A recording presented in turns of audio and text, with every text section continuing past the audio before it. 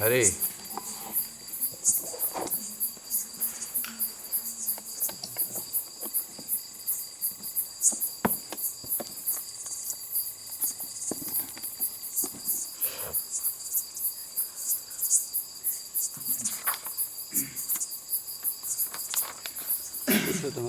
હરે વડતાલનું 17મું સંવંત 1882 પોષવદી અમાવસને દિવસ સ્વામી શ્રી સહજાનંદજી મહારાજ શ્રી વડતાલ મધ્યે શ્રી લક્ષ્મીનારાયણને સન્મુખ હવેલી ઉપર ગાદી તકિયા નખાવીને વિરાજમાન હતા હરે અને સર્વ શ્વેત વસ્ત્ર ધારણ કર્યા હતા અને પોતાના મુખારવિંદને આગળ સર્વ સાધુ તથા દેશ દેશના હરિભક્તોની સભા ભરાઈને બેઠી હતી.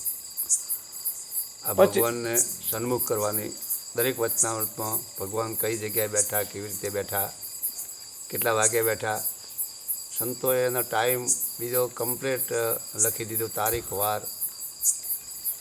લીમડા હેઠે બેઠા તો લીમડા હેઠે લખ્યા છે, લક્ષ્મીવાડીમાં બેઠા હોય તો લક્ષ્મીવાડીમાં લખ્યા છે, ઓટલા ઉપર બેઠા તો ઓટલા ઉપર, ને ઢોલિયા ઉપર બેઠા ઢોલિયા ઉપર લખ્યા છે.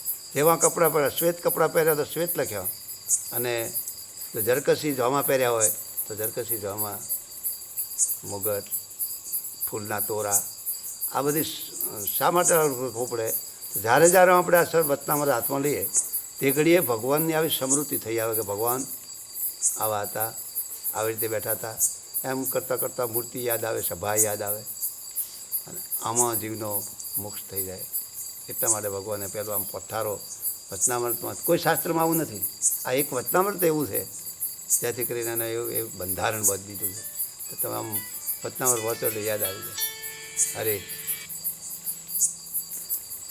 પછી શ્રીજી મહારાજે પ્રશ્ન પૂછ્યો છે, હા પંચ જ્ઞાનેન્દ્રિયો અને પંચ કર્મેન્દ્રિયો છે હા તે પોતપોતાના વિષયને યથાર્થ જાણે છે. હા તે જ્ઞાની તથા અજ્ઞાનીને ઇન્દ્રિયો દ્વારા એક સરખો વ્યવહાર છે, પણ જ્ઞાની હોવા તેની ઇન્દ્રિયો અજ્ઞાની થકી બીજી રીતે નથી વર્તતા. હા માટે જ્ઞાનીને જીતેન્દ્રિય કયા છે હા તે કેવી રીતે જાણવા એ પ્રશ્ન છે. હા એટલે શું છે, એટલો જે જ્ઞાની છે એ વાસના રહિત ઇન્દ્રિયો તો કાર્ય કરતી હોય. કોન સાંભળવાનું કામ કરે, આંખ જોવાનું કામ કરે, નાક ઊંઘવાનું કામ કરે, જીભ બોલવાનું, રસસ્વાદ લેવાનું કામ કરે, હાથ પગ, આ ઇન્દ્રિયો બધી કામ તો કરતી જ હોય. પણ પેલાને હજી અજ્ઞાની છે એ ઇન્દ્રિયોને દોરાય છે, અને જ્ઞાની છે એ ઇન્દ્રિયોને દોરાવે. ફેર આટલો જ છે કે તારે ભાઈ આંખને જોવું હોય તો ભગવાનનો કે માતાજીને કે ભગવાનના દર્શન કરવા છે, કે તારે આડાવડા ડફરા મારવા, કોનને કહેવાનું કાં કથા સાંભળવી છે, કે તારે લોકવાક વાતો સાંભળવી છે. એમ જે જ્ઞાની છે એ ઇન્દ્રિયોને પાછી વાળી સન્મુખ કરે, અને અજ્ઞાની છે એ ઇન્દ્રિયોની પાછળ પાછળ દોરાઈ જાય. અધરું જો એને રસ, દરેકને ખોરાક તો છે ને, કોનને શબ્દનો ખોરાક છે, આંખને તેજનો રૂપનો ખોરાક છે, જીભને રસનો છે, નાકને ગંધનો ખોરાક છે, શબ્દ સ્પર્શ રૂપ રસ ને ગંધ, આ પાંચે જ્ઞાન ઇન્દ્રિયોની વિષયો છે. અરે પછી મુક્તાનંદ સ્વામીએ કહ્યું છે, હા નિર્વિકલ્પ સમાધિ થાય હા ત્યારે ઇન્દ્રિયો થાય, જીતેન્દ્રિય થાય એમ જણાય છે. હા પછી શ્રીજી મહારાજ બોલ્યા છે, નિર્વિકલ્પ સમાધિ વાળાને પણ પંચ વિષય ગ્રહણ કરવા હા તે તો સૌની પેઠે ઇન્દ્રિયો દ્વારા ગ્રહણ થાય છે. આ બીજો રસ્તો જ નથી ને. નિર્વિકલ્પ, વિકલ્પ એટલે વિકલ્પ જ નહીં, સંકલ્પ ન હોય, સંકલ્પ થાય જ નહીં તો વિકલ્પ હોય જ નહીં. સંકલ્પ હોય તો વિકલ્પ કરવો પડે, પણ જેને સંકલ્પ જ નથી ઉઠતો એને વિકલ્પ હોતો જ નથી. એવાને પણ ઇન્દ્રિયો દ્વારા ભગવાનની વાણી સાંભળવી, ભગવાનના દર્શન કરવા, ભગવાનનો પ્રસાદ લેવો, એ બધું ભગવાનથી જ, આ ઇન્દ્રિયોથી જ આ બધું સન્મુખ થાય. હરે માટે જીતેન્દ્રિય પણ કેમ છે. હા પછી બહુ રીતે કરીને મુક્તાનંદ સ્વામી ઉત્તર કહ્યો પણ સમાધાન થયું નહીં.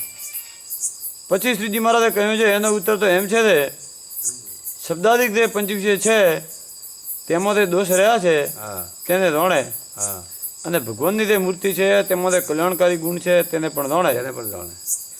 અને એમ જાણે ત્યારે એને પંચવિષયનો અતિશય અભાવ આવે છે ને એને વિશે વેર બુદ્ધિ થાય છે. વેર બધી થાય પેલા જ્ઞાનીને. અરે પછી જે સાથે જેને વેર થયું હા તેને વિશે કોઈ રીતે પ્રીતિ થાય નહીં એમ સમજી જ્યારે પંચ વિષયનો મનમાંથી જેને અતિશય અભાવ થઈ જાય તે જીતેન્દ્રિય પુરુષ કહેવાય. હા પછી ભગવાનની શ્રવણ કીર્તનાદિક ભક્તિએ કરી પોતાનું જીવિત્ય પૂરું કરાય, પણ વિમુખ જીવની પેટે પંચ વિષયમાં આસક્ત થાય નહીં એવો હોય તે જીતેન્દ્રિય કહેવાય. સમજ આંખ કોણ નાકા એનું કોણ કાર્ય તો ચાલુ જ છે સાંભળવાનું આપણે એને, પણ હવે સાંભળવામાં શું છે કે ભાઈ આ સાંભળવા દેવું ના ન સાંભળવા દેવું એ તો આપણાથી વાત છે. આપણાથી કદી આપણે ઇન્દ્રિયોને કીધું છે કે તમે આ કામ મત કરો ને આ કામ મત કરો. અમને આ સત્સંગની બહાર નીકળો એટલે એ ના હજુ એટલો તો હજુ સત્સંગી નથી ત્યાં ખરેખર. અને ખરેખર આ સત્સંગી થયા હોત ને તો કોઈક લૌકિક વાત આવે ને દીકરી હસવું આવે છે ને એટલે આપણે એટલી કચાશ છે. લૌકિક વાત આવે એમાં સાંભળવાનું મન થાય એટલી આપણે આમાં કચાશ છે. લૌકિક વાત આવવી જ નથી. હા લૌકિક વાત રસ છે એ યાદ રહેશે, અને આ યાદ નથી રહેતું એટલે આપણે હજુ પૂરા સત્સંગી નથી થયા. પૂરા જો સત્સંગી થયા હોત તો જગતની વાત ગમે જ નહીં. શું ખાટી છાશ જેવી જગતની વાત લાગે, ખાટી છાશ જેવી. 2-3-4 દાડાથી છાશ હોય અને બધા એને ખૂંટીઓ ભરીને પીવે ખબર પડે કેવું થાય મોઢું. અને આ સત્સંગની વાત છે ને એક તાજા દૂધ જેવી છે, શું માખણ જેવી, ઘી જેવી. હવે આપણે આ બધો તજીને પેલા ખાટી છાશ બાજુ વધારે જીવને ખેંચ થાય, અને એ ખેંચ જ્યારે મટશે ત્યારે જ સત્સંગનું બિરદ મળશે, બાકી તો નહીં મળે એવું મને સમજાય. અરે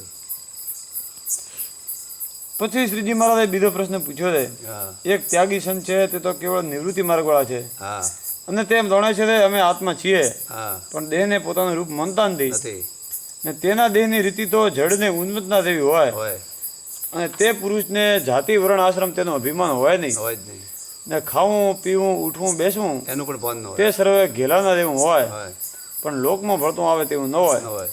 ને એવા તે ત્યાગી હોય તેને કોઈનો સંગ પણ રહે નહીં. હા જેમ વનનું મૃગલું હોય હા એકલું તેની પેઠે ઉન્મત થકો એકલો ફરતો રહે, કરતો રહે ને એને કોઈ રીતનું બંધન પણ થાય થાય નહીં. નહીં. અને બીજા ત્યાગી સંત છે તે તો નિવૃત્તિ માર્ગવાળા છે, હા તો પણ પ્રવૃત્તિ માર્ગમાં વર્તે છે. હા અને જે પ્રવૃત્તિને યોગ્ય કરી કામ ક્રોધ લોભ મોહ મદ મત્સર હા આશા તૃષ્ણા ઇત્યાદિક દોષ હૃદયને વિશે પ્રવર્તે હા તેવી ક્રિયાને વિશે પ્રવર્તે છે, હા ત્યારે કોઈ જાતનો અંતરમાં વિકાર પણ થઈ આવે છે. હા માટે ત્યાગીને પ્રવૃત્તિ માર્ગમાં રહેવું ઘટે કે ન ઘટે? પ્રવૃત્તિ માર્ગમાં રહેવું તો ઘટે જ, પણ ભક્તિએ કરીને. કેમ કે સંતની સેવા, આચાર્યની સેવા, ભગવાનની મૂર્તિની સેવા, પૂજા વંદન અર્ચન જે નવા પ્રકારની ભક્તિમાંથી કોઈ પણ એક ભક્તિ કરતો હોય, અને જગતમાં તો કાર્યમાં ન ભળે, કદાચ એને ભળવું પડે ભક્તિ.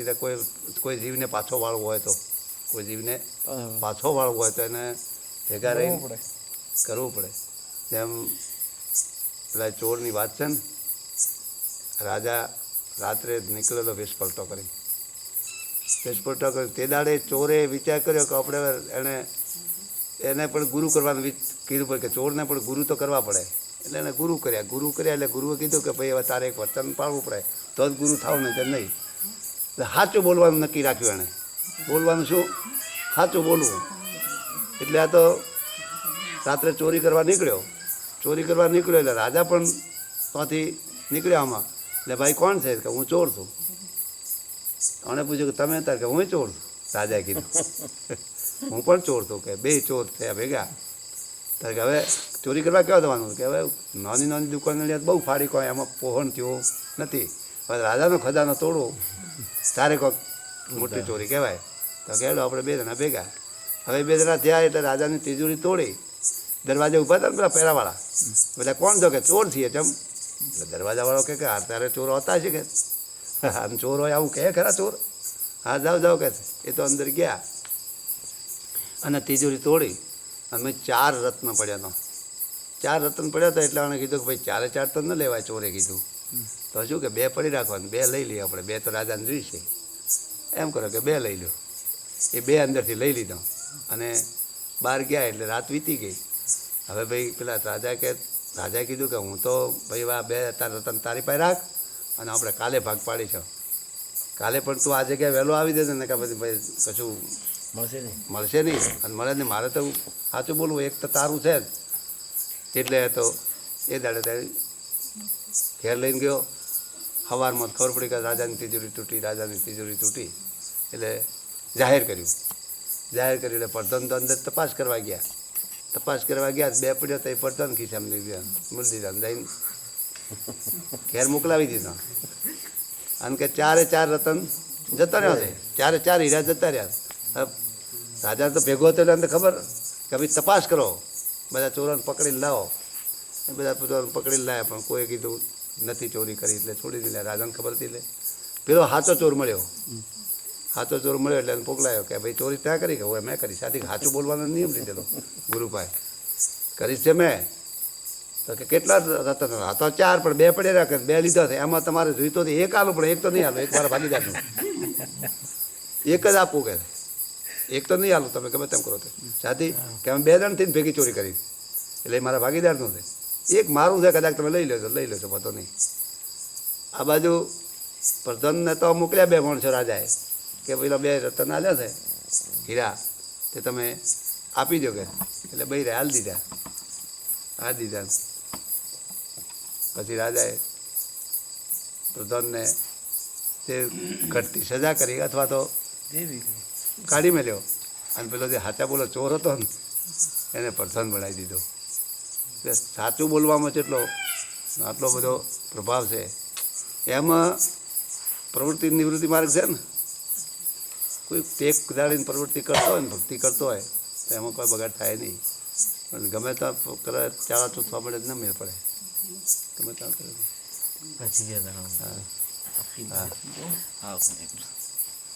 બોલો પુરુષોત્તમ ભગવાન કી જય.